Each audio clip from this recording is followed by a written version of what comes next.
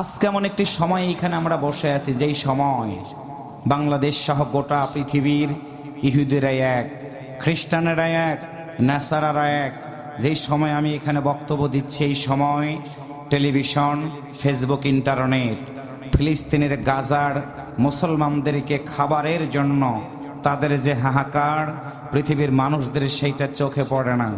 আজকে উপর থেকে বম্বিং করে আল্লাহর ঘর মসজিদগুলোকে তারা ভেঙে দিচ্ছে।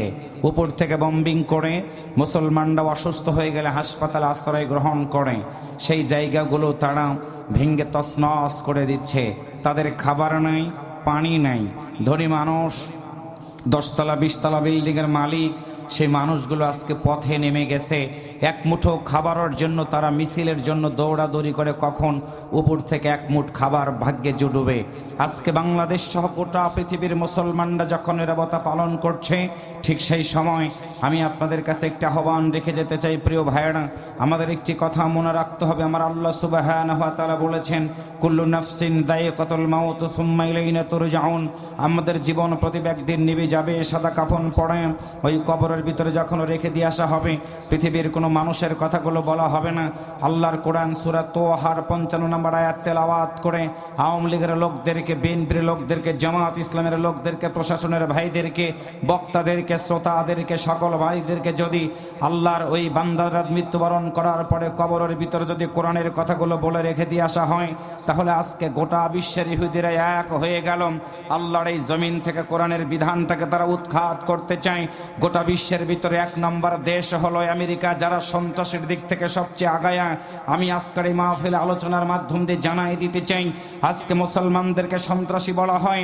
আল্লাহর কসম করে বলে, মুসলমানেরা সন্ত্রাসী না। গোটা বিশ্বের 1 নম্বর সন্ত্রাসী দেশ হলো আমেরিকা।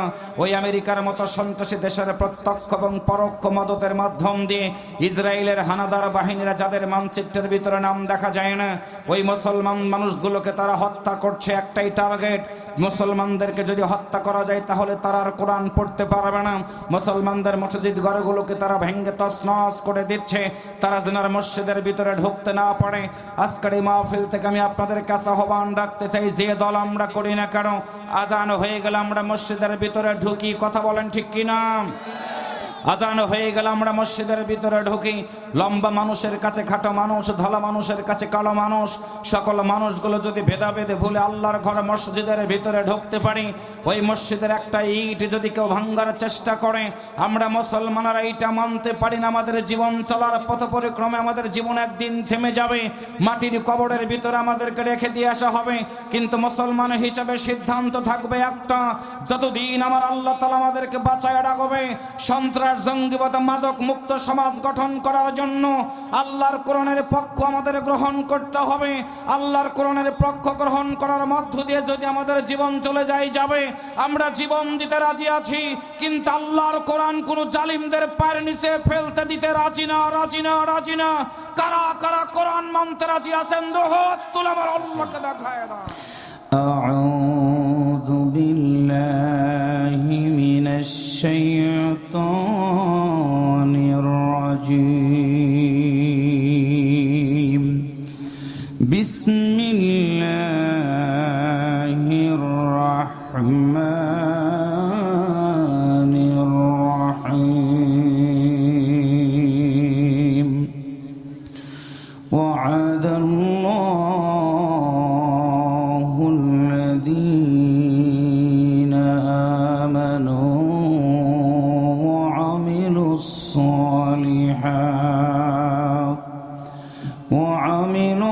সালিহাতি লাহুম মাগফিরাতুন ওয়া আজরুন আযীম।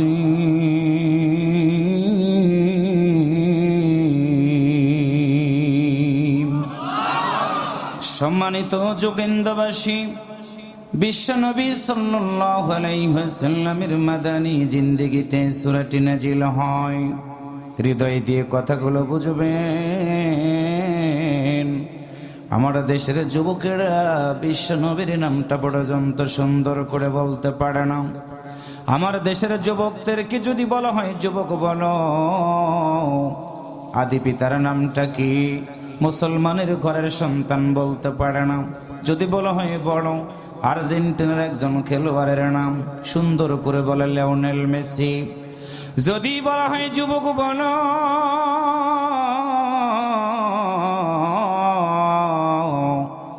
ব্রাজিলের একজন খেলোয়াড়ের নাম, আমার প্রিয় ভাইরা নেইমার থেকে শুরু করে অনেক খেলোয়াড়ের নাম তারা বলতে পারবে। যদি বলা হয় যুবক বড়, বাংলাদেশের একজন নায়কের নাম যুবকেরা বলে কিং খান, সাকিব খান। যদি বলা হয় একজন নায়িকার নাম বড়, আমার দেশের যুবকেরা একটা নায়িকার নাম বর্তমানে মুখস্থ, যেই নায়িকার বিয়ে হওয়ার পরে অথবা বিয়ে হওয়ার আগে কখন বাচ্চা হয় কেউ জানে না, কেউ জানে না, তার নাম হলো পরিমণি। একটু কথা বলেন ঠিক কেনা? যুবক তোমার পায়ে দড়ি বলে গেলাম, পরিমণির নাম জানা তোমার জন্য ফরজ না, ফরজ না। তোমার জন্য ফরজ হলো নামটা জানা। তোমার আদি পিতার নামটা কি জেনে নিতে হবে, আদম আলাইহিস সালাম। মুসলিম জাতির পিতার নামটা কি, ইব্রাহিম আলাইহিস সালাম। তোমার নবীর নামটা কি, মুহাম্মদুর রাসূলুল্লাহ সাল্লাল্লাহু আলাইহি ওয়াসাল্লাম। আজ থেকে ১৫০০ বছর আগে ওই যুগটাকে বলা হতো আইয়ামে জাহিলিয়াতের যুগ। মানুষগুলো অন্যায় করত, ডাকাতি করত, রাহাজানি করত। শিশু সন্তান জন্মগ্রহণ করলে মানুষগুলো কন্যা সন্তানটাকে জীবন্ত গলা টিপে হত্যা করে ফেলে দিত। আমার প্রিয় দিনী ভাই সব, ১৫০০ বছর আগে কন্যা সন্তান জীবন্ত গলা টিপে হত্যা করে ফেলে দেওয়া হতো। আর সোনার বাংলাদেশে বর্তমানে ২ বছরের বাচ্চা থেকে ৮০ বছরের বৃদ্ধা পর্যন্ত ধর্ষিতা হয়।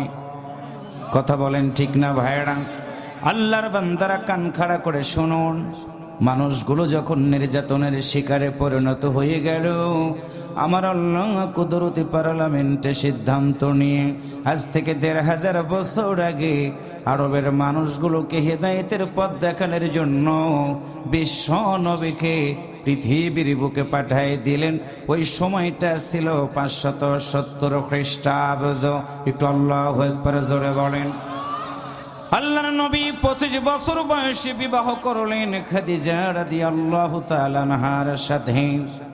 হিলফুল ফুজুল সংগঠন তৈরি করলেন, সমাজ থেকে সন্ত্রাস, জঙ্গিবাদ, মাদকগুলো দূর করবেন।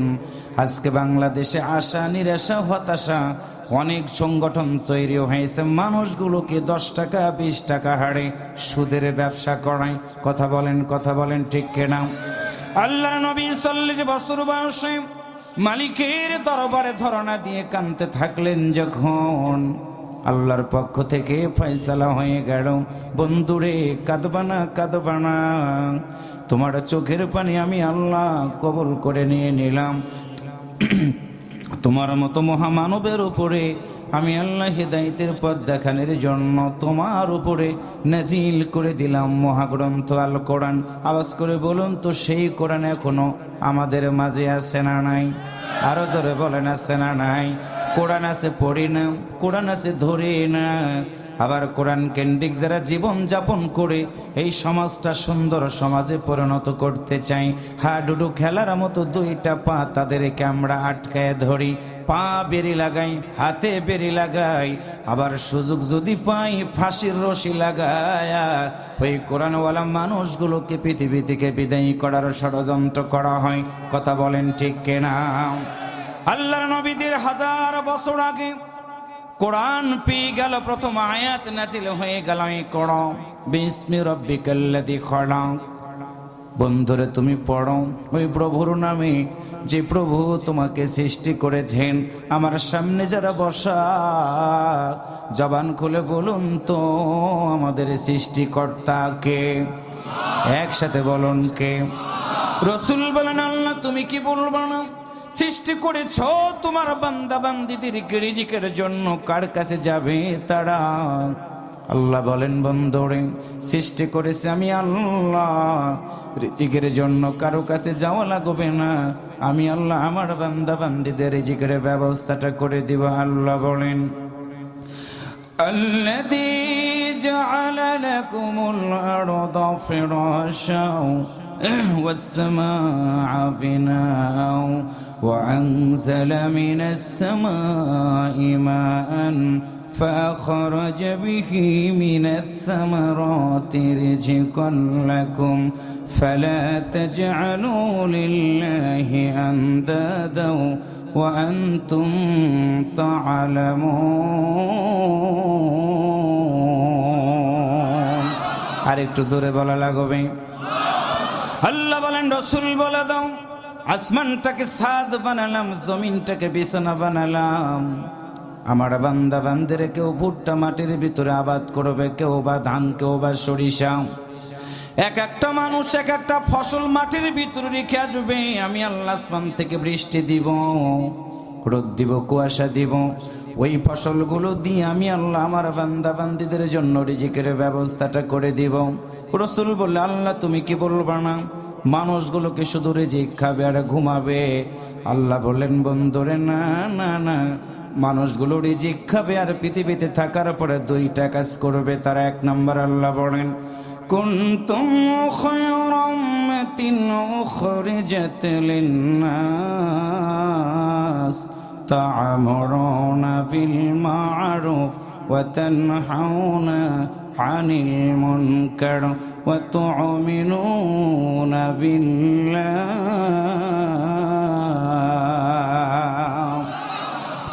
আল্লাহ বলেন রাসূল বলে দাও মানুষগুলো শুধু রিজিক খাবে না দুইটা কাজ করবে এক নাম্বার হলো সৎ কাজের আদেশ দিবে তারা দুই নাম্বার হলো অসৎ কাজ থেকে মানুষগুলোকে বিরত রাখবে তিন নাম্বার হলো তুমিনুনা বিল্লাহ যতদিন বাঁচবে ঈমান রাখবে তারা আল্লাহর প্রতি রাসূল যখন এই কথাগুলো বলা শুরু করে দিল আজ থেকে ১৫০০ বছর আগে আবু জাহেল ওদবা সাহেবারা বিশ্ব নবীর সামনে দাঁড়ায়া ডাক দিয়া বলল আব্দুল্লাহর বেটা ৪০ বছর পর্যন্ত তুমি ছিলা আলামিন আজকে সত্যের আদেশ দেওয়ার কারণে বুঝতে পেরেছি তুমি ওয়াকালা ইন্নানি মিনাল মুসলিমিন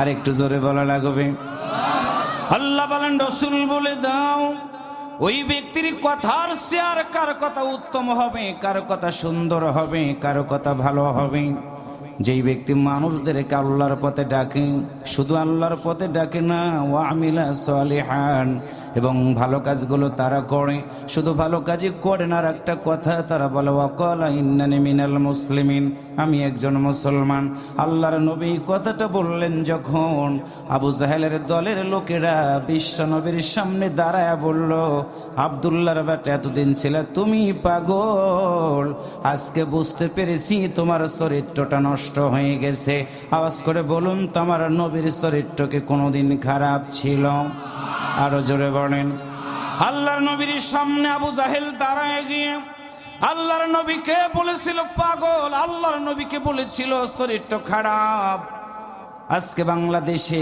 কারো নাম আবু জাহেল নাই কারো নাম উতবা নাই কারো নাম সাইবা নাই কিন্তু চোখ দিয়ে তাকাই দেখেন কান্দে শুনে দেখেন আল উলামা ওয়ারাসাতুল আম্বিয়া নবীদের ওয়ারিস হলো আলেমরা আল্লাহর নবী যেই দাওয়াত দিয়েছে মানুষগুলোকে ভালোর দিকে ডাক দিয়েছেন ওই ভালোর দিকে ডাক দেওয়ার কারণে আলেমদেরকেও মিথ্যাবাদী আলেমদেরকেও আমার ভাইরা চরিত্রহীন বক্তব্য দিয়ে ফাঁসির কাষ্টে ঝুলানোর জন্য চেষ্টা করেছে আজকের নব্য আবু জাহেলেরা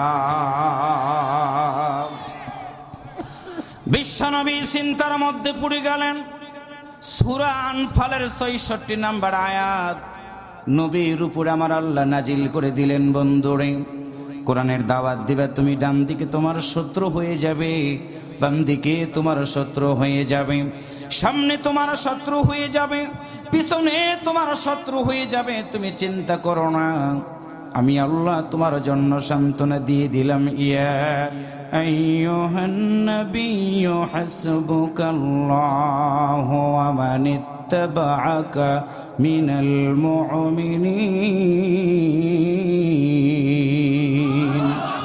আল্লাহ বলেন ইয়া আইয়ুহান নাবিয়্যু হাসবুকাল্লাহ হে নবী হাসবুকাল্লাহ তোমার কারোর দরকার নাই আমি আল্লাহ তোমার জন্য যথেষ্ট ওয়ামান ইত্তাবাকা মিনাল মুমিনিন, বন্ধুরে তোমার যারা ইত্তেবা করবে আমি আল্লাহ তাদের জন্য যথেষ্ট। বাংলাদেশের মুসলমানেরা একটু আওয়াজ করে বলুন তো, যে আল্লাহ বিশ্ব নবীকে বললেন তোমার জন্য আমি আল্লাহ যথেষ্ট। ওয়ামান ইত্তাবাকা মিনাল মুমিনিন, বন্ধুরে তোমার যারা ইত্তেবা করবে আমি আল্লাহ তাদের জন্য যথেষ্ট। জবান খুলে বলুন তো, ওই আল্লাহ কি এখনো আছে না নাই? আরো জোরে বলেন, আছে না নাই? আল্লাহর নবীকে কি করা হলো? আবু জাহেল দারুণ নদর বৈঠকে সিদ্ধান্ত নিয়ে বিশ্ব নবীকে গ্রেফতার করার ষড়যন্ত্র করল। 3টা বছর শিয়াবে আবি তালিবে আল্লাহর নবীকে জেলখানার ভিতরে বন্দী করা হলো। 40টা বছর পর্যন্ত যার কোনো শত্রু ছিল না, আল্লাহর কোরআনের দাওয়াত দেওয়ার অপরাধী বিশ্ব নবীকে 3টা বছর গ্রেপ্তার করে রাখা হলো। আজকে 3 বছর গ্রেপ্তার করে আলেমদেরকে রাখা হয় না, আজকে 13টা বছর পর্যন্ত আলেমদেরকে গ্রেপ্তার করে নির্যাতন করা হয়। আমার প্রিয় দিনী ভাই সব, আল্লাহর কোরআন সামনে নিয়ে কথাগুলো বলছি, শুনে নেবেন। আবু জাহেল বিশ্ব নবীকে গ্রেপ্তার করার পরে সেরাই দিয়ে দিল। আল্লাহর নবীকে খাবার দিবে না, পানি দিবে না। আল্লাহর নবীর চাচা আবু তালেব বিশ্ব নবীর কাছে একদিন গিয়ে ডাক দিয়ে বললেন, মুহাম্মদ তোমার বাবা তো এই পৃথিবীতে বেঁচে নাই রে বেটা, তোমার মাও পৃথিবীতে বেঁচে নাই। শুনে নাও, আমি আবু তালেব যতদিন বেঁচে আছি তোমার মতো মুহাম্মাদের গায়ে কেউ একটা ফুলের টোকা লাগাইতে পারবে না। বিশ্ব নবী আমার কথাটা শুনলেন, সান্ত্বনা পেয়ে গেল, মনটা একটু ভরে গেল। যখন এমন সময় আবু জাহেলের দলের লোকেরা তার চাচা আবু তালেব সহ জেলখানার ভিতরে বন্দি করে খাবার দেওয়া তারা বন্ধ করে দিল। আল্লাহর নবীর ডান পাশে সাহাবীরা এসে নবীর দিকে তাকায়া বলে, ইয়া রাসূলুল্লাহ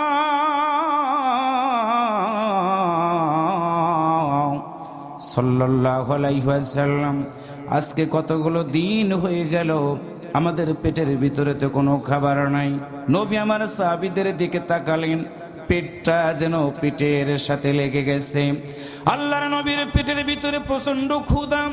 এমন সময় সাহাবীদের ডাক দিয়া বললেন, সাহাবীরা রে তোমরা একটু যাও, খাবার তো দিচ্ছে না, দেখো তো একটু গাছের পাতা পর্যন্ত পাও কিনা। গাছের পাতাগুলো আনা হলো। আল্লাহর নবী গাছের পাতাগুলো ভক্ষণ করলেন। বাথরুম থেকে বের হওয়ার পরে আল্লাহর নবীর 2টা চোখ ভিজি ভিজি পানিগুলো গড়ায় গড়ায় পড়ে। সাহাবীরা ডাক দিয়ে বলে, ইয়া রাসূলুল্লাহ সাল্লাল্লাহু আলাইহি ওয়াসাল্লাম, আপনার মতো মহামানবের 2টা চোখ কেন ভেজা?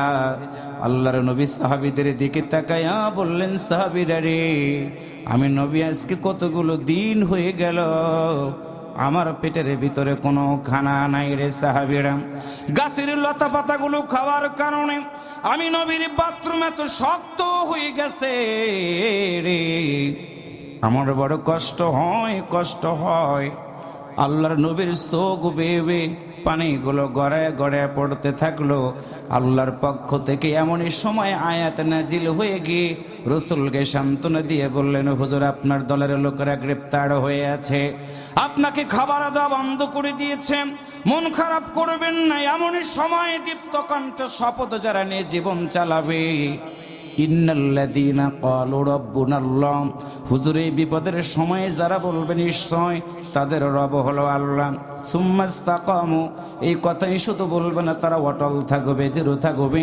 আল্লাহ তাআলা বলেন এই কথার উপরে যারা থাকবে, ইন্নাল্লাযীনা ক্বালু রাব্বুনাল্লাহ, নিশ্চয় যারা বলে তাদের রব হলো আল্লাহ, সুম্মাস্তাকামু, এর উপরে অটল থাকে, আল্লাহ বলেন তাতানাজ্জালু, আমি নাজিল করব আলাইহিম, তাদের উপরে মালাইকাতুন, বউ ফেরেশতা, তারা এসে কি বলবে, আল্লাহ তাখাফু, তোমাদের কোনো ভয় নাই, ওয়ালা তাহজানু, চিন্তার কোনো কারণ নাই, ওয়াবশিরু, এবং সুসংবাদ গ্রহণ করো, বিল জান্নাত, ওই জান্নাতের, আল্লাতী কুনতুম তুআদুন, যেই জান্নাতের ওয়াদা আমার আল্লাহ তাআলা দিয়েছেন, সেই ওয়াদা আল্লাহ তাআলা বলেন, ওয়াদাল্লাহ আমি আল্লাহ ওয়াদা দিলাম, কথা দিলাম, আল্লাযীনা আমানু, যারা ঈমান আনবে, ওয়া আমিলুস সালিহাত, এবং আমলে সালেহ যারা করবে, লাহুম মাগফিরাতুন, আমি আল্লাহ তাদের ক্ষমা করে দিব, ওয়া আজরুন আযীম, শুধু ক্ষমা করেই দিব না, আমি আল্লাহ কথা দিয়ে দিলাম,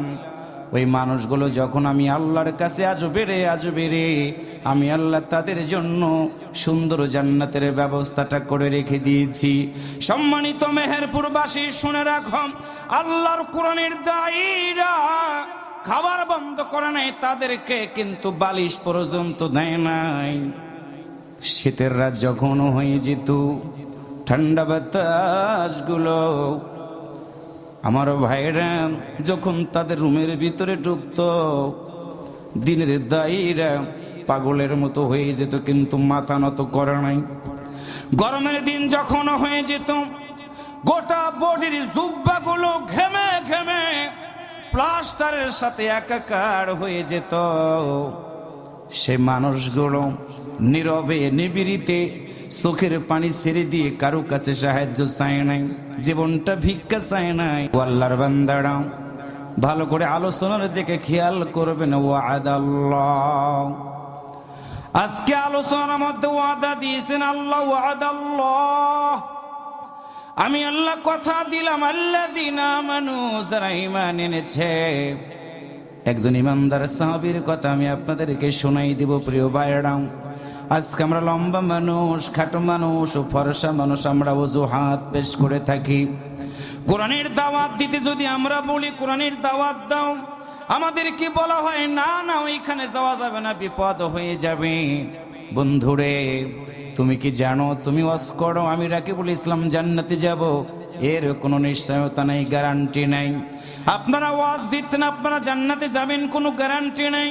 কিন্তু আল্লাহর নবীর সাহাবীদের শানে আল্লাহর পক্ষ থেকে আয়াত নাজিল হয়ে গেছে, রাদিয়াল্লাহু আনহু ওয়া রাদু আন। একটু আল্লাহু আকবার বলেন। আল্লাহর নবীদের প্রতি আল্লাহ সন্তুষ্ট, আল্লাহর নবীর সাহাবীদের প্রতি আমার আল্লাহ সন্তুষ্ট, এবং সাহাবীরাও আল্লাহর প্রতি সন্তুষ্ট। একটু আল্লাহু আকবার জোরে বলেন। আল্লাহর নবী যখন বললেন ওয়াদাল্লাহুল্লাযীনা আমানু, ঈমান আনবে কারা, এমন সময় একজন যুবক, বয়স হয়ে গেছে তার, কিন্তু ওজন তার কম, দেখতে ভালো দেখা যায় না। ছোট্ট একজন যুবক এসে আল্লাহর নবীর সামনে একবার ডান দিকে যায়, একবার বাম দিকে যায়, একবার সামনের দিকে যায়। যুবক, তোমারে জানাই দিয়ে গেলাম, বুঝবা ভালো করে। আমার মা বোনেরা, প্রতিটা মানুষের জন্য একটা আলোচনায় হেদায়েতের পথ হয়ে যেতে পারে।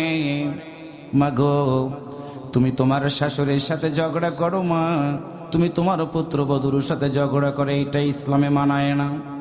একজন পুত্রবধূকে তুমি আনলা তোমার বাড়িতে, মেহেরপুর জেলার মানুষ চুয়াডাঙ্গা থেকে একটা পুত্রবধূকে তুমি যখন নিয়ে যাবা, তরকারিতে একটু লবণ যদি বেশি দিয়ে থাকে, মেয়েটা রাগারাগি করবা না, ভালো করে বুঝায় বলবা, বৌমা তুমি অনেক দূরের মানুষ, আমরা কেমন লবণ খাই, কেমন জাল খাই, তুমি তো এইটা জানো না।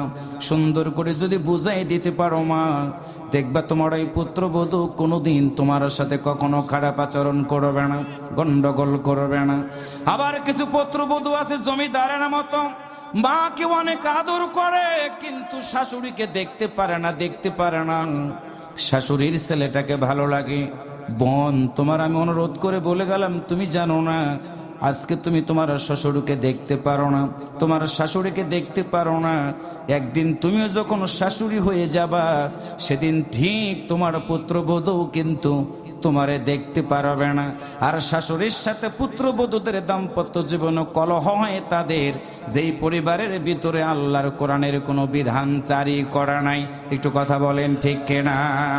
আমার প্রিয় মা বোনেরা, প্রিয় যুবকেরা, শুনে নাও, আল্লাহর নবীর সামনে একজন ছোট্ট বালক এসে নবীর সামনে দাঁড়ায়া গেল। রাসূল আমার ডাক দিয়ে বলে, যুবক তুমি বলো কি বলতে চাও? আল্লাহর নবীর দিকে তাকায়া যুবক মানুষ দুইটা চোখের পানি ছেড়ে দিয়ে নবীর দিকে কাঁদে। রাসূল বললেন, বলো তোমার পেটে কি খাবার নাই? খাবার নাই। ছোট্ট বালক ডাক দিয়া বলে, ইয়া রাসূলুল্লাহ সাল্লাল্লাহু আলাইহি ওয়াসাল্লাম, আমার পরিবারের কোনো খবর আমি জানি না, কিন্তু হুজুর আমি ছোট মানুষ, বেটে মানুষ, কালো মানুষ, এই মদিনার কোন মানুষগুলো আমাকে একটু সম্মান করে না গো নবী। আপনার কালেমার দাওয়াত পেয়েছি গো নবী, ইসলাম ধর্মে দীক্ষিত হওয়ার জন্য, ঈমান আনার জন্য আমি সিদ্ধান্ত নিয়েছি। বিশ্ব নবী আমার ডাক দিয়ে বললেন, বলো কি নাম তোমার? ছোট্ট মানুষ কিন্তু বয়স হয়ে গেছে তার, নবীর দিকে তাকাইয়া বলেন, ইয়া রাসূলুল্লাহ, আমার নাম হলো জুলাইবিব। সবাই একটু বলেন রাদিয়াল্লাহু তাআলা আনহু। আল্লাহু আকবার, জোরে বলেন। আল্লাহ রাসূল বলেন, জুলাইবিব তুমি বলো, তুমি কি ঈমান আনতে চাও? আল্লাহর নবী বলা মাত্র ডাক দিয়া বলল, ইয়া রাসূলুল্লাহ, আপনি তো বলেছেন ঈমান আনবে যারা মৃত্যুবরণ করবে যখন, ওই মানুষগুলো আল্লাহর জান্নাতের মেহমান হয়ে যাবে গো নবী। আমার জীবনের বড় আশা, আমি তো একদিন মরে যাব, মরে যাওয়ার পর আপনার মতো নবীর সাথে আমি জুলাইবিবি জান্নাতের ভিতরে থাকতে চাই। আল্লাহু আকবার, জোরে বলেন। আল্লাহ রাসূল বলেন, জুলাইবিবি রে, আমি ওয়াদা দিলাম, আমি নবীর সাথে তুমি যদি জান্নাতে যেতে চাও, 2 নাম্বার তোমার কাজ করা লাগবে, ওয়ামিলুস সালিহাত, ভালো কাজ তোমাকে করা লাগবে। জুলাইবিব বলল, হুজুর বলুন ভালো কাজগুলো আমি কেমন করে করব? রাসূল আমার ডাক দেয়া বলেন, গোটা মানুষগুলোর কাছে আল্লাহর কোরআনের দাওয়াতগুলো তোমাকে সুন্দর করে পৌঁছে দিতে হবে। জুলাইবিব কোনো অজুহাত পেশ করলেন না। আমাদের হাত হলো 2টা, একটা হলো ডান হাত আর একটা হলো বাম হাত। কয়েকদিন আগে কুয়াশা যখন এসেছিল, ঠান্ডার কারণে আমরা অজুহাত পেশ করে ফজরের নামাজ কিন্তু অনেক মুসলমান আমরা পড়ি নাই, এশা পড়ি নাই, জহর পড়ি নাই। অনেক মুসলমান আছে 7 দিন পর্যন্ত আমরা কিন্তু গোসল করি নাই, শীতের অজুহাত দেখায়া। একটু কথা বলেন ঠিক কিনা? আমার প্রিয় মেহেরপুরবাসী, একটা কথা মনে রাখবেন, আল্লাহর কসম করে বলি, এখনই তোমার ভিতর থেকে যদি এই দেহের ভিতর থেকে প্রাণটা বেরিয়ে যায়, আমি ডাকে বল, যদি মঞ্চের উপরে মারা যায়, পৃথিবীর কোনো মানুষ আমার মতো মানুষটাকে আর মঞ্চের উপরে রাখবে না, মঞ্চ থেকে মাটিতে শোয়াই দিবে। গতকালকে যেই মাহফিল আমি কথা বলেছিলাম, যিনি আমার সভাপতি ছিলেন, আমাকে হাসি খুশি হয়ে গতকালকে মানুষটা বিদায় দিলেন। হাদিয়া দেওয়ার সময় আমার দিকে তাকায় তাকায় বলল, হুজুর এই বছরে যা দিয়েছি, আল্লাহ যদি বেঁচে রাখে সামনে বছর দাওয়াতটা গ্রহণ করবেন, ঠিক করে দিব।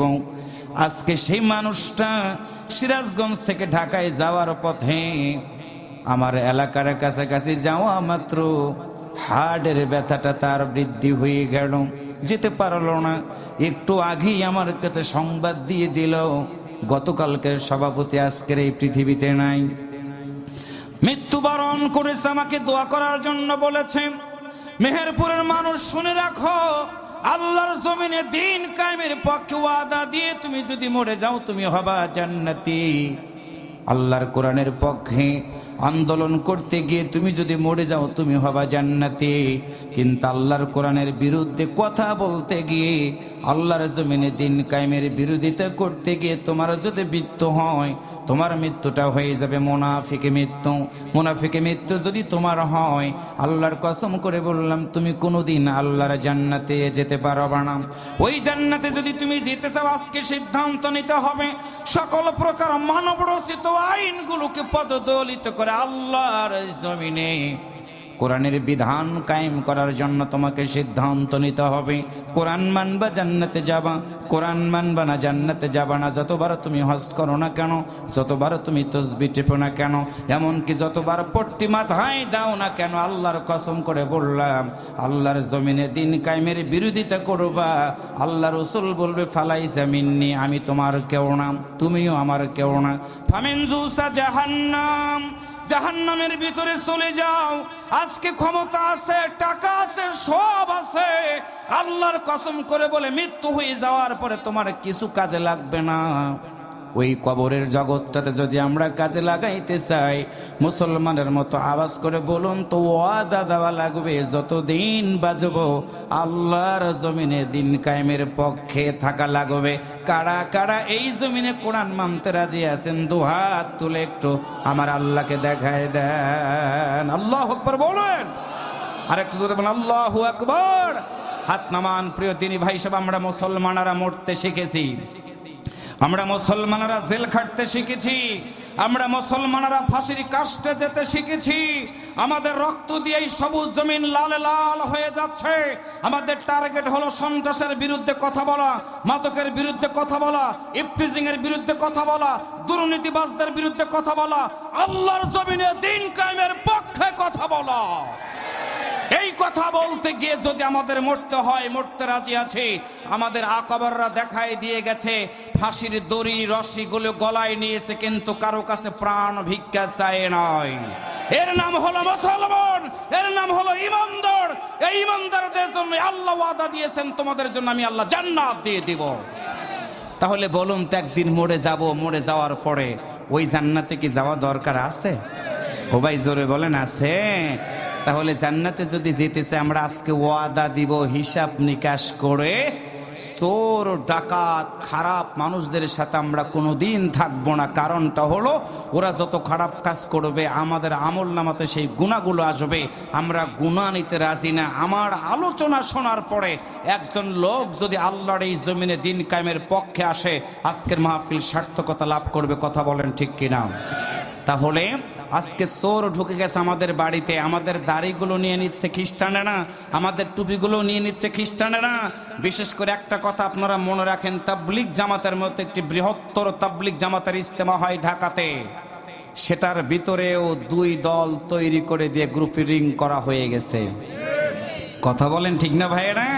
কোথায় বাস করেন একটু চোখ কান খোলা রাখেন। নীরবতা সব জায়গায় পালন করা ইসলামে অনুমোদন দেয় নাই। আজকে আমাদেরকে জাগ্রত হতে হবে, আল্লাহর কসম করে বলে আমরা যদি একটু জাগ্রত হতে পারি, আল্লাহু আকবার আওয়াজটা যদি ময়দানে ঠিক মতো দিতে পারি, আল্লাহর কসম করে বলে ইহুদি খ্রিস্টানেরা লেজ গুটিয়া পালাইতে বাধ্য। কিন্তু আমরা করি ভেদাভেদ, টুপির সাথে মিল না থাকলে ওয়াজ শুনি না। যে লোক বুকে হাত বাঁধে তার সাথে আমাদের সম্পর্ক নাই, নাবিতে যে হাত বাঁধে তার সাথে আমাদের কোনো সম্পর্ক নাই। কেউ দললেন কেউ চললেন, কিছু লোক বলে আমরা তো নামাজই পড়ি না, আমাদের মাসলার কোনো দরকার নাই। এটা হলো আমার এই সোনার বাংলাদেশে চলে। একটু কথা বলেন ঠিক না ভাইয়েরা? পায়ে ধরে বলি, আমরা গ্রুপিং করতে শিখি না, আমরা ভাঙতে শিখি নাই, আমরা গড়তে শিখেছি। শুনুন আল্লাহর নবীর সাহাবীর আলোচনাটা শুনুন, হৃদয়টা ভরে যাবে। দেখেন আজকে তারা আমাদের জন্য কি করে গেছে, আর আমরা একটু অজুহাত পেশ করে করে কোরআনের আন্দোলন থেকে দূরে থাকি। কোরআনের আন্দোলন থেকে আমরা যদি দূরে থাকি, আমাদের মৃত্যুটা হয়ে যাবে মুনাফিকের মৃত্যু। মুনাফিকের মৃত্যু হয়ে গেলে আমরা জান্নাতে যেতে পারবো না। মুনাফিকের মৃত্যু আমাদের হোক, এটা আমরা কেউ চাই না। কেউ যদি না চাই, তাহলে যুবকদের আওয়াজ করে বলতে হবে, যতদিন আমরা বাঁচবো আল্লাহর কোরআনের সাথে থাকা দরকার আছে না নাই? আরেকটু জোরে বলেন, আছে না নাই? সেটাই আমি আপনাদের কাছে জানিয়ে দিতে চাই প্রিয় দিনী ভাই সব। আমাদের মতো কত যুবক রোড অ্যাক্সিডেন্টে পৃথিবী থেকে বিদায় হয়ে গেল। আমাদের সে ছোট্ট ছোট্ট মানুষ পৃথিবী থেকে বিদায় হয়ে গেল। বাবার কাঁধে সন্তানের লাশ। আফসোস করে একটা কথা আমাকে বলতেই হয়, আজকে আপনি পিতা হয়েছেন, সন্তানটাকে আপনি নামাজের দিকে ডাক দিলেন না। আপনি পিতা হয়েছেন, আপনি মরে যাওয়ার পরে আপনার সন্তান আপনার খাটটা ধরার মতো যোগ্যতা রাখতে পারে না। আপনার সন্তান আপনার খাট ধরতে পারে না। আপনার মতো মায়ের গর্ভে জন্মগ্রহণ করার পর আজকে আমাদের এই মোবাইল ফোনটা আসার কারণে, সেদিন এক জানাজা নামাজে গিয়ে দেখি একজন সন্তান তার মায়ের জানাজা নামাজে দাঁড়িয়ে সেলফি তোলা নিয়ে ব্যস্ত হয়ে গেছে। মা মরে গেছে, চোখের পানি ছেড়ে দিয়ে কাদা তো দূরে থাক, সেলফি তোলা নিয়ে যুবকেরা ব্যস্ত হয়ে গেছে। আজকে আমার দেশের যুবকেরা ফ্রি ফায়ার গেম খেলে। আজকে ফ্রি ফায়ার গেমের টাকা না দেওয়ার কারণে গর্ভধারিণী মাকে আমার দেশের যুবকেরা হত্যা করে। আছে না নাই? কথা বলেন, আছে না নাই? গত 3 দিন আগে ঢাকা আজিমপুর কবরস্থানে দেখলাম টিকটক করতে গিয়ে তারা কবরস্থানের ভিতরে নায়িকাদেরকে নিয়ে গিয়ে কবরস্থানের সাথে তারা শুটিং করতেছে। বুঝবেন ভালো করে, কবরস্থানের ভিতরে মৃত ব্যক্তিদের সাথে যারা শুটিং করে তারা মানুষ হতে পারে না, তারা হলো বালহম আদল, চতুষ্পদ জন্তুর চেয়ে নিকৃষ্ট। তারা কারা? তারা আমাদেরই সন্তান, আমাদেরই ভাই। আমরা তাদের কাছে কোরআন দিতে পারি নাই, নবীর হাদিস দিতে পারি নাই। আজকে রমজান মাস আসতেছে, আমি একটু বিষয় আপনাদের কাছে একটু জানতে চাই। যারা বসে আছেন একটু আমার দিকে তাকায় বলেন তো দেখি, যারা আমার সামনে বসে আছেন একটু হাত তুলে বলেন, কোরআনুল কারীম পড়া জানেন কতগুলো মানুষ? একটু হাত তোলেন তো দেখি। যারা পড়া জানেন তারা একটু হাত তোলেন, যারা পড়া জানেন তারা হাত তুলবেন, হাত নামান। এবার যারা পড়া জানেন না তারা একটু হাত তোলেন তো দেখি, যারা পড়া জানেন না। সংখ্যা কোনটা বেশি ভাই? হাত নামান, হাত নামান। পায়ে ধরে একটা কথা বলি, আমরা কেমিস্ট্রি পড়ি, ফিজিক্স পড়ি, ম্যাথ পড়ি, বায়োলজি পড়ি, আমাদের সেখানে সমস্যা নাই, কিন্তু কোরআনটা শিখতে গিয়ে আমাদের সমস্যা। পায়ে ধরে একটা কথা বললাম, রমাদানুল মুবারক মাস আসতেছে, প্রতিটা ইমাম সাহেবকে আমি বললাম, আজকে অনুরোধ করে গেলাম, ভাইকে বললাম, আমার অতিথি ভাইকে বললাম, আপনি অনুরোধ করলাম আপনাকে, আপনার মহল্লাতে রমাদানুল মুবারক মাস আসার চাঁদ উদিত হওয়া মাত্র আপনার সন্তানদেরকে, যুবকদেরকে, মুরব্বীদেরকে আল্লাহর কোরআনের তেলাওয়াত শেখানোর জন্য চেষ্টা করবেন। একটা মানুষ যদি একটা সূরাও শুদ্ধ করে তারা শেখে, আপনার জীবন ধন্য হয়ে যাবে। অতীতের গুনাহ খাতাগুলোকে আমার আল্লাহ তাআলা মাফ করে দিবে। যেই জাতি কোরআন শেখে নাই সেই জাতি আর যাই হোক সভ্য জাতিতে পরিণত হতে গেলে তাকে অনেক অপেক্ষা করতে হবে, কারণ এই কোরআনের ভিতরে সব আছে। একটু কথা বলেন, কথা বলেন, ঠিক না ভাইয়েরা? তাহলে আমি কি আপনাদের কাছে আশা রাখতে পারি রমাদানুল মুবারক মাসের চাঁদ উদিত হওয়া মাত্র আমরা কোরআন শিখব? সবাই একটু বলেন ইনশাআল্লাহ, সবাই একটু বলেন ইনশাআল্লাহ। আওয়াজ একটু কমে গেছে, আমি একটু আওয়াজটা দেখতে চাই। 1 2 3, এই সামনের 3 খুঁটি চুপ থাকবেন, পিছনের 1 2 3 4 খুঁটিওয়ালার ভাইয়েরা একটু বলেন তো দেখি আল্লাহু আকবার। পিছনের ভাইরা আরেকবার বলেন তো দেখি একটু আল্লাহু আকবার। এবারে সামনে ভাই একটু খেয়াল করবেন, সামনে যারা 3 খুঁটি আছেন তারা একটু বলেন তো দেখি আল্লাহু আকবার। আর একবার একটু বলেন আল্লাহু আকবার। ভাই বলেন তো আওয়াজ কাদের বেশি মনে হইতেছে? কিন্তু পিছনে যে 1 কিলোমিটার দূরে তারা, আমি বিচারটা মানলাম না, সানি করলাম, সানি করে ম্যাজিস্ট্রেট কোর্ট থেকে জজ কোর্টে নিয়ে গেলাম। কোরআনের মাহফিলে যারা বসে তারা কেউ সেকেন্ড হয় না, তারা সবাই ফার্স্ট হয়। এটাই ইসলামের বিচার। মারহাবা জোরে বলেন। 2 হাত তোলেন তো সবাই, একটু কষ্ট করে তোলেন, তোলেন তোলেন সবাই, একটু 2 হাত তোলেন সবাই, একটু সুন্দর করে 2টা একদম টান টান করে ওঠান। মাইকলারা উঠাও, আমি একটু দেখতেছি। আমি তাকবীর দেব, আপনারা জবাব দিবেন লিল্লাহি তাকবীর। আরেকবার লিল্লাহি তাকবীর, একসাথে লিল্লাহি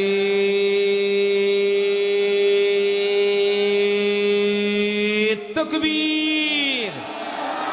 হাত নামান, সামনের বাইরা ফার্স্ট, পিছনের বাইরা প্রথম। সুবহানাল্লাহ কইতে ইচ্ছা করে না? মারহাবা বলতে ইচ্ছা করে না? কোরআনের মাহফিলে যারা বসে সবাই ফার্স্ট হয়। যে আগে মারা যাবে সে আগে জান্নাতে যাবে, যে পরে মারা যাবে সে পরে জান্নাতে যাবে। আমরা সবাই একসাথে কোথায় যেতে চাই? আরেকটু জোরে বলেন কোথায়? আল্লাহর বান্দারা, লম্বা করব না, মনোযোগ দিয়ে কথাগুলো শুনবেন। ওয়াদাল্লাহ, আমার আল্লাহ ওয়াদা দিয়েছেন। বন্ধুরে তুমি বলো আল্লাযীনা আমানু, যারা ঈমান এনেছে। একজন ইমানদারের কথা আমি আপনাদেরকে শোনাই দেব, বুঝবেন ভালো করে, হৃদয়টা ভরে যাবে। ও মুসলমান, কাটা হেরে ক্ষান্ত কেন কমল তুলিতে, দুঃখ বিনা সুখ লাভ হয় কি মহিতে।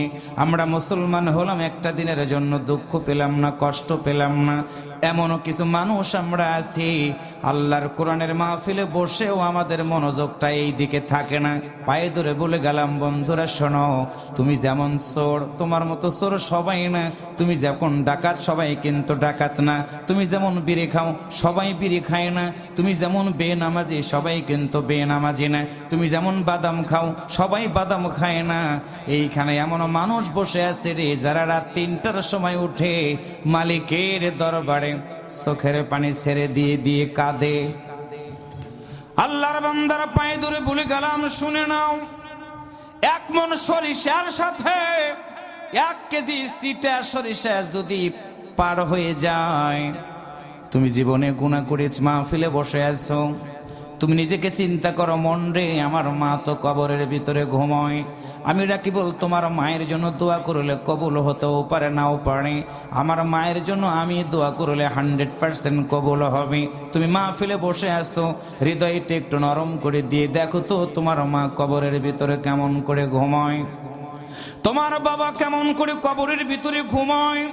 তোমার চোখ শক্ত হয়ে গেছে, পাশের লোকের দিকে তাকায় দেখো কার চোখ বেজা। একটা বছরের ভিতরে তুমি মুসলমান, একটা বছরের ভিতরে দেখো তো নামাজে দাঁড়ায় তুমি কেঁদে দিয়েছো কয়বার? শেষ রাত্রিতে তাহাজ্জুদের নামাজ পড়ে কেঁদে দিয়েছো কয়বার? তুমি একটু তাকায় দেখো, হিসাব করে দেখো, যদি একটা বছরের ভিতরে তোমার চোখের ভিতরে এক ফোঁটা পানি আসে নাই, আজকে তোমাকে জানাই গেলাম মাহফিল শেষ করে গিয়ে চোখের ভিতরে একটু বালু দিয়ে দেখো তো তোমার চোখটা নরম হয় কিনা। কারণ হলো মুসলমান হাসবানা হাসবানা। আল্লাহর নবী এই কোরআনের দাওয়াত দিয়ে মানুষগুলোকে হেদায়েতের পথ দেখালেন, সোনার মানুষে পরিণত হয়ে গেল। সাহাবীদের চামড়াগুলো সেলা হলো, সাহাবীদের মরুভূমির ভিতরে নিয়ে প্রিয় ভাইয়েরা পিঠের চামড়াগুলো ছিলে ফেলে দেওয়া হলো, উপর করে শোয়া দিয়ে ওই মানুষগুলোর বুকের চামড়াগুলো তুলে ফেলে দেওয়া হলো, লবণগুলো লাগায়া দিয়ে দিয়ে মানুষগুলোকে পৃথিবীর জমিন থেকে বিদায় করে দেওয়া হলো। তুমি সেই মুসলমান, আজকে মাহফিলে বসে আছো, হৃদয়টা দিয়ে কথাগুলো শুনবা। কারণ হলো আজকের আলোচনা, আজকের মোনাজাত আল্লাহর দরবারে কবুল যদি হয়ে যায়, তুমি জান্নাতি হয়ে যাবা, জান্নাতি হয়ে যাবা। আল্লাহর নবীর সাহাবী নবীর কাছে এসে দাঁড়ায় বলে, ইয়া রাসূলুল্লাহ, আমি আপনার সাথে জান্নাতের ভিতরে যেতে চাই। আল্লাহ রাসূল বললেন, সাহাবীরে বলো, আমার সাথে তুমি যদি জান্নাতে যেতে চাও, আমি তোমারে জানাই দিয়ে দিলাম, তুমি দাওয়াতি কাজ করবা। দাওয়াতি কাজ করতে যখন গেলেন, আল্লাহর নবীর সাহাবী জালিমের কারাগারে বন্দী হয়ে গেল। হাতটা বাঁধা হলো, পাটা বাঁধা হলো, পানি গরম করে করে আল্লাহর নবীর সাহাবীর নাকের ভিতরে দিয়ে গরম পানিগুলো ঢালা শুরু করে দিল।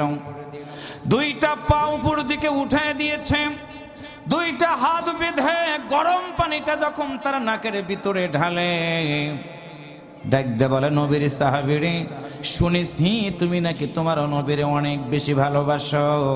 আজকে তোমার আমি জানাই দিয়ে দিলাম, একটাবার যদি নবীর সম্পর্কে খারাপ কথা বলতে পারো, আজকে তোমাকে আমরা মুক্তির ব্যবস্থাটা করে দিয়ে দিব।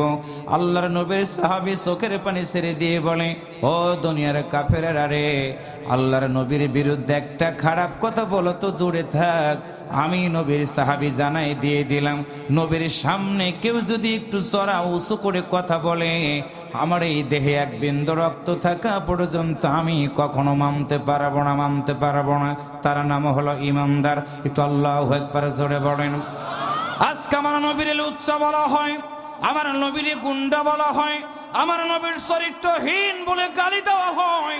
বাংলাদেশের অনেক নামদারি মুসলমানেরা নীরবতা পালন করে, আছে না নয়? আল্লাহর কসম করে বললাম, লা ইউমিনু আহাদুকুম হাত্তা কুনা হাব্বা ইলাইহি মিন ওয়ালিদিহি ওয়া ওয়ালাদিহি ওয়ান নাসি আজমাইন। রাসূলকে তুমি যদি তোমার জীবনের চেয়ে বেশি ভালোবাসতে না পারো, তোমার মায়ের চেয়ে, তোমার বাবার চেয়ে, অর্থ সম্পদের চেয়ে যদি বেশি ভালোবাসতে না পারো, তুমি মুসলমান হতে পারবা না। মিয়ারে হক, সত্যের মাপ কাটিয়ে তোমাকে বিশ্বনবীকে মানতে হবে। বিশ্বনবীর দাড়ি তোমার ভালো লাগে, টুপি ভালো লাগে, মেসাওয়াক করা ভালো লাগে, খাবার শেষে মিষ্টি খাওয়াও তোমার ভালো লাগে, সুবিধাবাদ জিন্দাবাদ।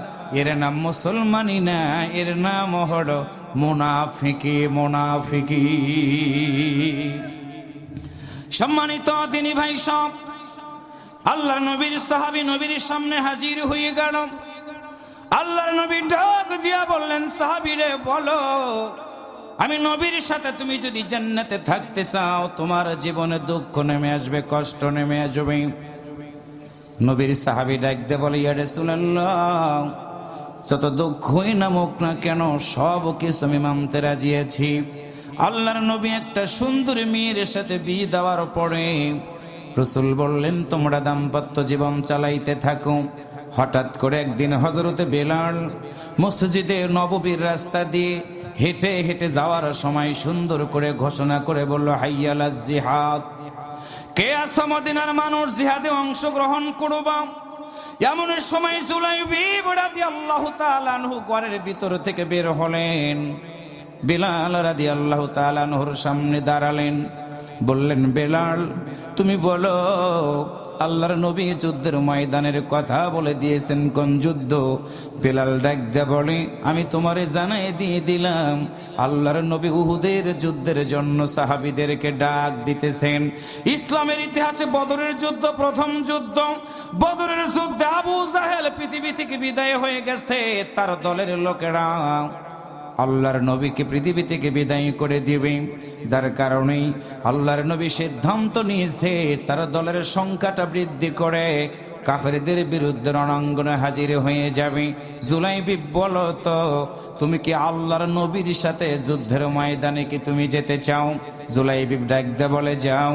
বেলাল, তুমি একটু যাও, আল্লাহর নবীর কাছে গিয়ে আমার সালামটা পৌঁছে দিয়ে দিবা। একটু আল্লাহু আকবার জোরে বলেন। আল্লাহর নবীর সাহাবী জুলাইবিব ঘরের ভিতরে ঢুকলেন। বিবিকে ডাক দিয়ে বললেন, বিবি রে, তোমার একটা কথা বলবো। বলো রে বিবি। আমি জুলাইবিব যদি আল্লাহর নবীর সাথে জান্নাতে থাকি, বলো তোমার জন্য এটা কেমন হয়ে যাবে? জান্নাতি রমণী কাদেরকে বলা হয়? জুলাইবিবির দিকে তাকাইয়া ডাক দিয়ে বলে, স্বামী আমার, তোমার একটা কথা জিজ্ঞাসা করব, বলো। আল্লাহর নবী তো পৃথিবী থেকে বিদায় হয় নাই, আল্লাহর নবী তো পৃথিবী থেকে বিদায় হয় নাই, কেমনে তুমি নবীর সাথে জান্নাতের ভিতরে থাকবা? জুলাইবিব বিবির কপালে চুমু দিয়ে বলে, বিবির, আল্লাহর নবী বলেছে আল্লাহর জন্য, দিনের জন্য যারা জীবনটা দিয়ে দিবে রে, মৃত্যু যন্ত্রণা তাদের হবে না, মরতে দেরি হবে, আল্লাহর জান্নাতে যেতে আমার আল্লাহ তাদেরকে দেরি করাবে না। বিবি রে, আমার জীবনে বড় বড় শখ, আল্লাহর নবীর সাথে আমি জান্নাতের ভিতরে থাকবো, তুমি কি অনুমতি দিবা না? জান্নাতি রমণী কাকে বলা হয়? এমন সময় জুলাইবিবির দুইটা পা ধরলেন। দুইটা পা ধরে চোখের পানি ছেড়ে দিয়ে বলে, স্বামী আমার, মায়েদের জীবনে সবচেয়ে বড় শখ হলো মাতৃত্বের স্বাদ গ্রহণ করা।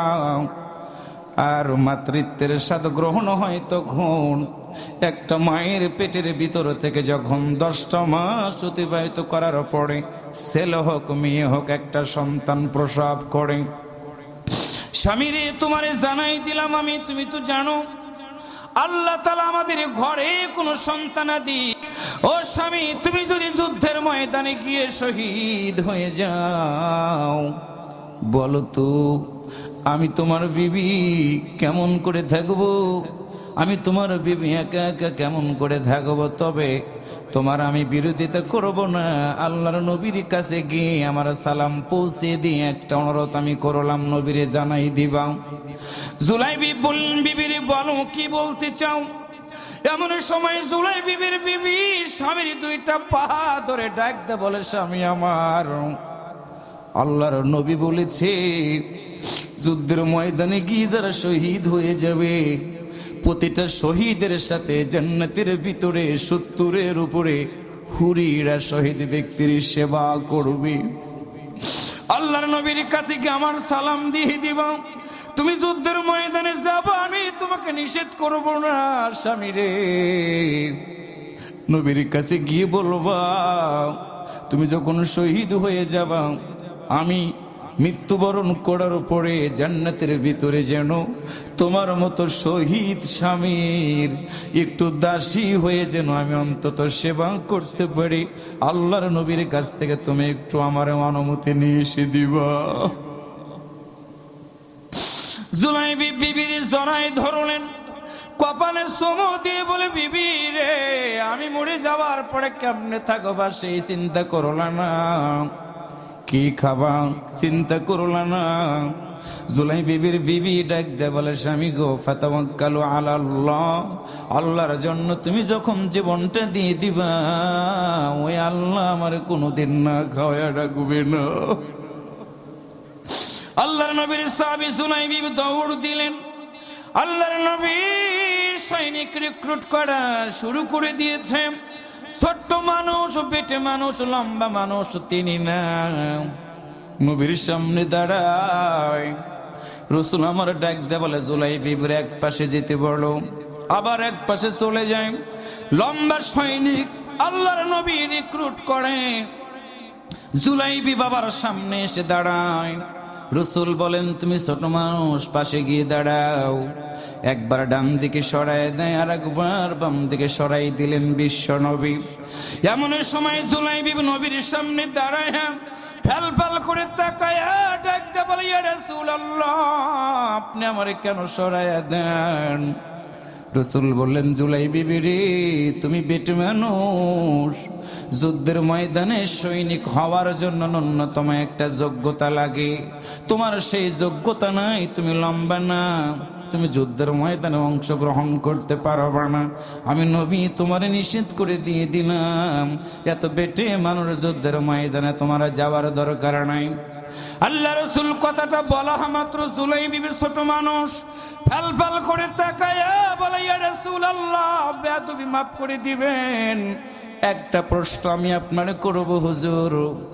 চুলার ভিতরে যখন আগুন দেওয়া হয় হুজুর, আপনি বলেন তো বড় খড়িটাকে কি আগে ধরায় দেওয়া হয়? আল্লাহ রসুল বললেন, না না, বড় খড়ি আগে ধরা দেওয়া হয় না, ছোট্ট ছোট্ট লাকড়িগুলোকে দিয়ে চুলার আগুন জ্বালানো হয়।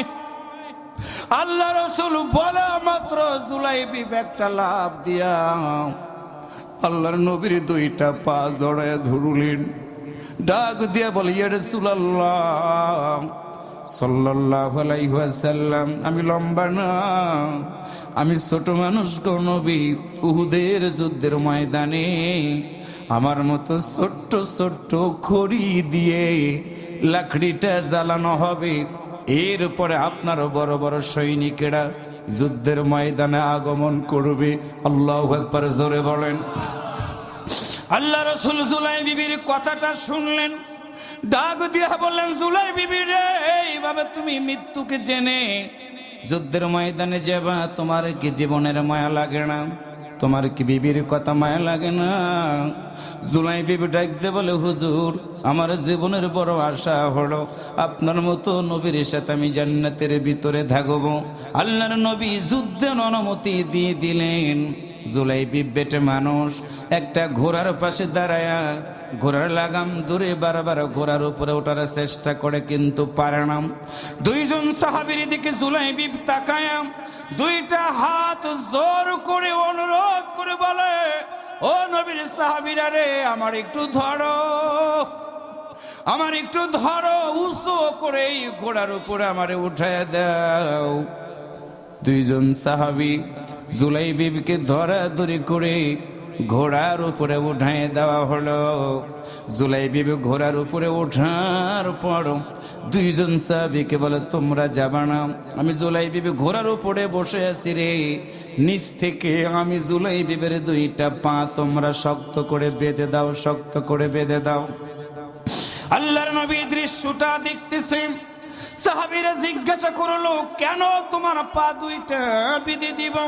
জুলাইবি ডাক দিয়া বলে, তোমরা জানো না আমি ছোট মানুষ, ঘোড়ার লাগাম ধরে যখন টান দিব, ঘোড়াটা যখন লাফ দিবে, আমি জুলাইবি হয়তো বা ঘোড়ার উপরে থাকতে পারবো না, সিটকে যদি পড়ে যায়, নবীর জন্য যুদ্ধ করতে পারবো না, নবীর জন্য আমি জীবন দিতে পারবো না, না না না, অনুরোধ করে বলি, তোমরা আমার দুইটা পা নিজের ঘোড়ার সাথে বেঁধে দিয়ে দাও। দুইটা পা দুই দিকে নামানো আছে, একটা রশি দিয়ে শক্ত করে পাটা বেঁধে দিলেন। জুলাইবির হাতে আল্লাহর নবী তরবারি যখন হাতে উঠে দিচ্ছেন, জুলাইবি নবীর দিকে তাকায়া দুই চোখের পানি ওয়াজরে ছেড়ে দিয়ে দিয়ে কাঁদতেছি। রসুল বললেন, জুলাইবি কাঁদছো কেন, কাঁদছো কেন? জুলাইবি ডাকতে বলি, ইয়া রাসূলুল্লাহ, আজকে থেকে মনে হয় আমি জুলাইবি এবার কোনোদিন আপনার মতো নবীকে আমি আর দেখতে পারবো না গো নবী। আল্লাহ রসুলের দিকে জুলাইবি তাকায় বলে, ইয়া রাসূলুল্লাহ, মদিনার মানুষগুলো যখন আমারে খাবার দিত না, আমারে কষ্ট দিত, দুঃখ দিত গো নবী, আমি খুঁজে খুঁজে দেখতাম আপনার মতো নবী কোথায় আছেন। হুজুর, আপনার মতো নবীর চেহারার দিকে তাকায়া আমি জুলাই বিবির পেটের ক্ষুধাগুলো আর কোনোদিন মনে হতো না গো নবী, ক্ষুধার যন্ত্রণা আমাকে কষ্ট দিত না। আমি জুলাই বিবার কোনোদিন আপনাকে দেখতে পারবো না গো নবী, এতটুকু কথা আপনি আমারে দেন। আমি জুলাই বিবি শহীদ হওয়ার পর আমি কোথায় থাকবো আপনি একটু আমারে বলবেন না? আল্লাহ নবী জুলাই বিবির আকাঙ্ক্ষার দিকে তাকায় রসুল বললেন, জুলাই বিবি রে, আমি নবী তোমারে কথা দিয়ে দিলাম, শোনো। সুন্দর বিবি ঘরে রাখার পরে আমি নবীর জন্য যেই মানুষটা জীবন দেওয়ার জন্য তৈরি হয়ে গেছে রে, আমি নবী তোমারে কথা দিয়ে দিলাম জান্নাতের ভিতরে আমি নবী যেইখানে থাকবো তুমিও আমি নবীর সাথে একই জান্নাতের ভিতরে থাকবা। আল্লাহর নবী জুলাইবিবকে বিদায় দিয়ে দিলেন। বিশ্ব নবীর হাত থেকে তরবারি নিয়ে জুলাইবিব উহুদের ময়দানে হাজির হয়ে গেল। একের পরে এক তরবারি চালায়, একজন দুইজন নয়, 6 জন কাফেরকে পৃথিবী থেকে বিদায় করে দিয়ে দিল। 6 জন কাফের বিদায় হওয়ার পর দূর থেকে একটা কাফের দেখলো জুলাইবিব ছোট মানুষ, কিন্তু এত দ্রুত গতিতে ঘোড়া চালায়া চালায়া কাফেরদেরকে ধ্বংস করা শুরু করে দিয়েছে, তারে হত্যা করে ফেলতে হবে। একজন কাফের এসে ঘোড়ার পায়ে আঘাত করে দিল, ঘোড়ার পা কেটে পড়ে জমিনে। ঘোড়াটা যখন শুয়ে পড়ে গেল, আমার প্রিয় ভাইয়েরা, দিনের দাঈ, দিনের মুজাহিদ জুলাইবিবের ঘাড়ে কোপ মেরে দেওয়া হলো। ঘাড় এক পাশে কেটে পড়ে গেল, হাতে কোপ মারা হলো, হাতের একটা পাশ কেটে পড়ে গেল। জুলাইবিব রাদিয়াল্লাহু তাআলা আনহু ঘোড়ার সাথে ছিটকে পড়ে গিয়া 6 জন কাফের যেইখানে হত্যা করে ফেলে দিয়েছি, ওই কাফেরদের পাশে জুলাইবিব স্থিত করে যখন পড়ে গেছে, রক্তগুলো বডি থেকে গড়ে গড়ে পড়তেছে। এমন সময় আল্লাহর নবীর একজন সাহাবীর দিকে তাকায়া জুলাইবিব ডাক দে বলে, ও নবীর সাহাবী রে, আল্লাহর নবীর কাছে গিয়ে আমার সালামটা পৌঁছে দিয়ে দিবা। আল্লাহর নবীর কাছে গিয়ে আমার সালাম পৌঁছে দিয়ে দিবা। আমি ছোট মানুষ, তরবারি চালাইতে কোনটা বোধ করি না, এক হাতে 6 জন কাফেরকে বিদায় করে দিয়েছি, নবীর জানাই দিবা। কিন্তু এখন আমার কাঁধে আঘাত করার কারণে আমার গোটা বডি থেকে রক্তগুলো গড়িয়ে গড়িয়ে পড়তেছি, আমি আর চোখে দেখি না রে। নবীর কাছে গিয়ে সালাম দিয়ে বলবা, আমার দেহে এক বিন্দু রক্ত থাকা পর্যন্ত আমি জুলাইবিব, আমি আমার ওয়াদা থেকে এক চুল দূরে সরে যাই নাই। আল্লাহর নবীর সাহাবী শহীদ হয়ে গেল, যুদ্ধের ময়দান থেমে গেল। আল্লাহর নবী বললেন, আমার শহীদ সাহাবী কোথায়? তোমরা কি আনবা না? শহীদ সাহাবীদের লাশগুলো খোঁজা হলো, সব সাহাবীকে পাওয়া গেল, কিন্তু জুলাইবিবকে আল্লাহর নবী দেখতে পাচ্ছে না। রাসূল বললেন, তোমরা কোথায়? আমার জুলাইবিবকে খুঁজে আনবা না? 2 জন সাহাবী বললেন, হুজুর জুলাইবিবকে কোথাও খুঁজে পাওয়া যাচ্ছে না। আবার বললেন, তোমরা যাও। 2 জন সাহাবীকে পাঠিয়ে দেওয়া হলো। খুঁজতে খুঁজতে দেখা গেল 6 জন কাফেরের পাশে জুলাইবিব বালুর ভিতরে ছোট্ট মানুষ নিচে পড়ে গেছে, 2টা হাত বেরিয়ে আছে, গোটা বডিটা শুধু রক্ত আর রক্ত। বালুগুলো দিয়ে জুলাইবিবের গোটা বডিটা ঢেকে গেছে। 2 জন সাহাবী ধরাধরি করে জুলাইবিবকে যখন নবীর সামনে আনা হলো, আল্লাহর নবী জুলাইবিবকে দেখে 2টা চোখের পানি ওয়াজরে ছেড়ে দিয়ে, নবী আমার কাঁদতেছে। সাহাবীদেরকে বললেন, সাহাবীরা, জুলাইবিবকে তোমরা কি আমার বুকে দিবা না? আল্লাহর নবী ছোট্ট মানুষ, সন্তান কোলে নেওয়ার মতো করে জুলাইবিবকে কোলে তুলে নিলেন। নবী আমার জুলাইবিবের দিকে তাকায়া ডাক দিয়ে বললেন, জুলাইবিবি রে, তুমি ছিলাম আমি নবীর পরিবারের মানুষ, আমিও ছিলাম তোমার মতো জুলাইবিবের পরিবারের মানুষ। সাহাবীরা রে, তোমরা কবর খনন করো। সাহাবীরা কবর খনন করা হলো। আল্লাহর নবী নিজে জুলাইবিবকে বুকের সাথে জড়িয়ে ধরে 1 পা 2 পা করে কবরের ভিতরে নেমে গেলেন। আল্লাহর নবী জুলাইবিবকে কবরের ভিতরে নামায়া হাত উঁচু করে আল্লাহর দরবারে ডাক দিয়ে বলেন, ওগো আমার রব, ওগো আমার মালিক, আমি এখন পর্যন্ত আমার জুলাই বিবির প্রতি রাজি এবং খুশি ছিলাম। আল্লাহ তুমিও আমার জুলাই বিবির প্রতি রাজি এবং খুশি থেকো। আল্লাহর নবী যখন দোয়া করছেন, চোখ বেয়ে পানিগুলো গড়িয়ে গড়িয়ে পড়তেছে, এমন সময় আবু বকর নবীর পাশে দাঁড়ায়া গেল। ওমর রাদিয়াল্লাহু তাআলা আনহু নবীর পাশে দাঁড়ায়া চোখের পানি ছেড়ে দিয়ে বলি, ইয়া রাসূলুল্লাহ, আজকের এই কবরের বাসিন্দা জুলাই বিবি না হয়ে যদি আমি আবু বকর হয়ে যেতাম, আমি ওমর হয়ে যেতাম, আজকে আমার জীবনটা ধন্য হয়ে যেত। সাহাবীরা বলল, আবু বকর কেন? এমন সময় আবু বকর ঠোঁট নড়ায়া নড়ায়া বলে, যে কবরের নবী নামে রে, যেই কবরের ভিতরে নবী নেমে একজন সাহাবীর জন্য সাক্ষ্য দিয়ে দেয়, ওই কবরবাসীটার জীবনটা না জানি কত ধন্য হয়ে গেল রে। আল্লাহর নবীর সাহাবীরা চোখের পানি ছেড়ে দিয়ে দিয়ে কেঁদে দিয়েছেন। ছোট্ট মানুষ ওয়াদাটা পূরণ করতে গিয়ে আল্লাহর জান্নাতের মেহমান হয়ে গেছে, কিন্তু ওয়াদা থেকে এক চুলো দূরে থেকে যায় নাই। এই জন্য আমি আপনাদের কাছে পায়ে হাত দিয়ে একটা কথা বলে গেলাম, প্রিয় ভাইয়েরা, যে কোনো জায়গায় ওয়াদা দিবেন না, যে কোনো জায়গায় কথা দিবেন না। ওয়াদা দিবেন তাদের সাথে আল্লাহর জমিনে যারা দিন কায়েম করতে চায়, ওয়াদা দিবেন তাদের সাথে সন্ত্রাস জঙ্গিবাদ মাদক মুক্ত সমাজ যারা গঠন করতে চায়, ওয়াদা দিবেন তাদের সাথে অসৎ নেতৃত্বটা পরিবর্তন করে আল্লাহর এই জমিনে সৎ নেতৃত্ব যারা প্রতিষ্ঠিত করতে চায়, তাদের সাথে আপনি যখনই ওয়াদা দিবেন, আমার আল্লাহ আপনার জন্য সুসংবাদ দিয়ে বলে, ফাতাওয়াক্কালু আলাল্লাহ, তোমার জন্য আমি আল্লাহ যথেষ্ট। লা তাহজান ইন্নাল্লাহ মা'ানা, ভয় পেয়ে যাবে না, আমি আল্লাহ তোমার জন্য যথেষ্ট। লা তাকনা, তুমি রহমাতিল্লাহ বান্দারে, নিরাশ হয়ে যাবে না।